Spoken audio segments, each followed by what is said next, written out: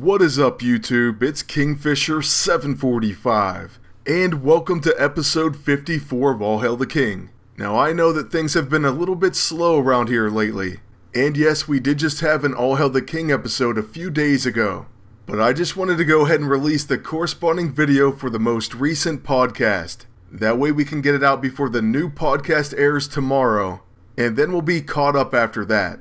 That is, other than a few lost episodes, but don't worry, I have something in mind for those as well.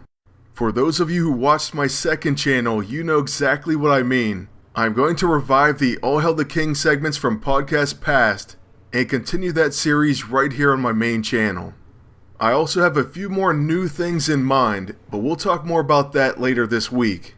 It will be an action-packed week with at least 5 videos. Now, as far as this fight, we've already taken a huge chunk out of Kurth, and as you can see, our team up for this one is the Age of Ultron Black Widow along with the Juggernaut. She is going to be the focus of this episode. However, we're using her with non-Age of Ultron teammates. Now, the Juggernaut happens to be a great team up because he's going to boost her unarmed attacks. Unfortunately though, because of the Watchful Eye, he's not going to be able to hit the enemy agent just yet. Black Widow on the other hand has stealthy attacks, so she can choose whatever opponent she wants, plus her level 2 will connect. Then on my agent, at least in this first matchup, we're using the Legion Pulse Rifle, so that makes his single target attack stealthy as well. We will be putting that to good use because after we use the Fire Tornado, we'll use our single target Mystic attack to take down Kurth. With that, her runes should be removed, and she's no longer a big threat. After that, before Null attacks, we get a Legion Pulse Rifle preemptive counter, but then he does hit us with a World Breaker. That's not a great move to get hit with, but these matches have been pretty quick, and they shouldn't have nearly enough time to build that up. So what it comes down to on Black Widow's turn is, do we use her level 2, because that will bypass the Watchful Eye, or should we go ahead and use an unarmed melee attack, now that we have strengthened and unstoppable force? With a flying kick, for example, we could knock out Null, so that's ultimately what we end up doing.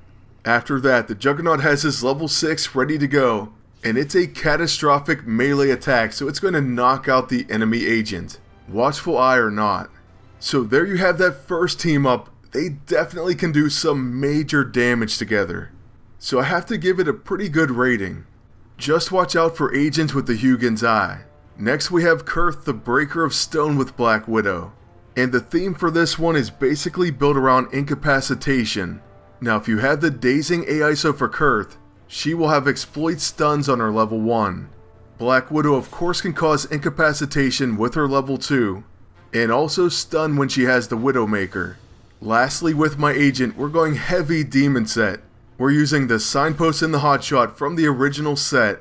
Hotshot of course has an AoE stun. Then we're using the Deathly Freeze Ray, which has an AoE incapacitation. And just to give a threat of a preemptive attack, we also have the Hard Knocks equipped. Right away we do unfortunately get exhausted, but we're still going to use the Signpost because the enemy team has the Mystic Shroud.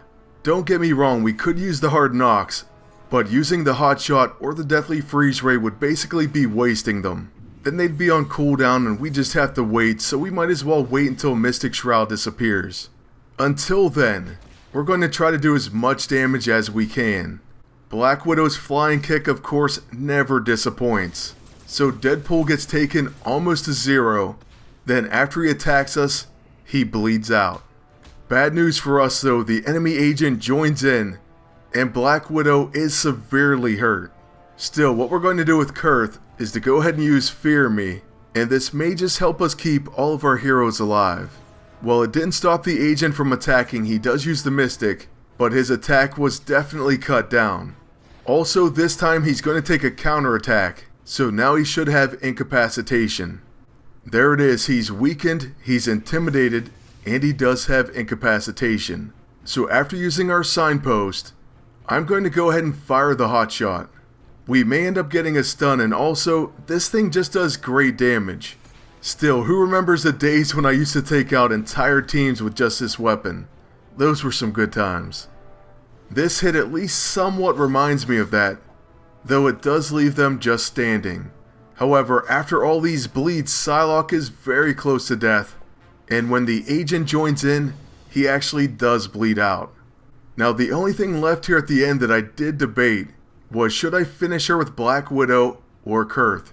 Using Kurth's level 1 was tempting, but since I figured the video was centered around Black Widow, I gave her the final blow. This leads us to our third and final team up, and this is going to be Black Widow plus Karnak. If you're wondering why Karnak, well, it's because this team kind of focuses around combo setup. Black Widow's level 1 has combo setup, the next unarmed attack against his target deals extra damage. It also has exploits combos, so it deals extra damage against targets with combo setup. Then Karnak is sort of a specialist when it comes to this debuff. His level 2 is a quick action, and it applies weak point, wide open, and combo setup to all enemies.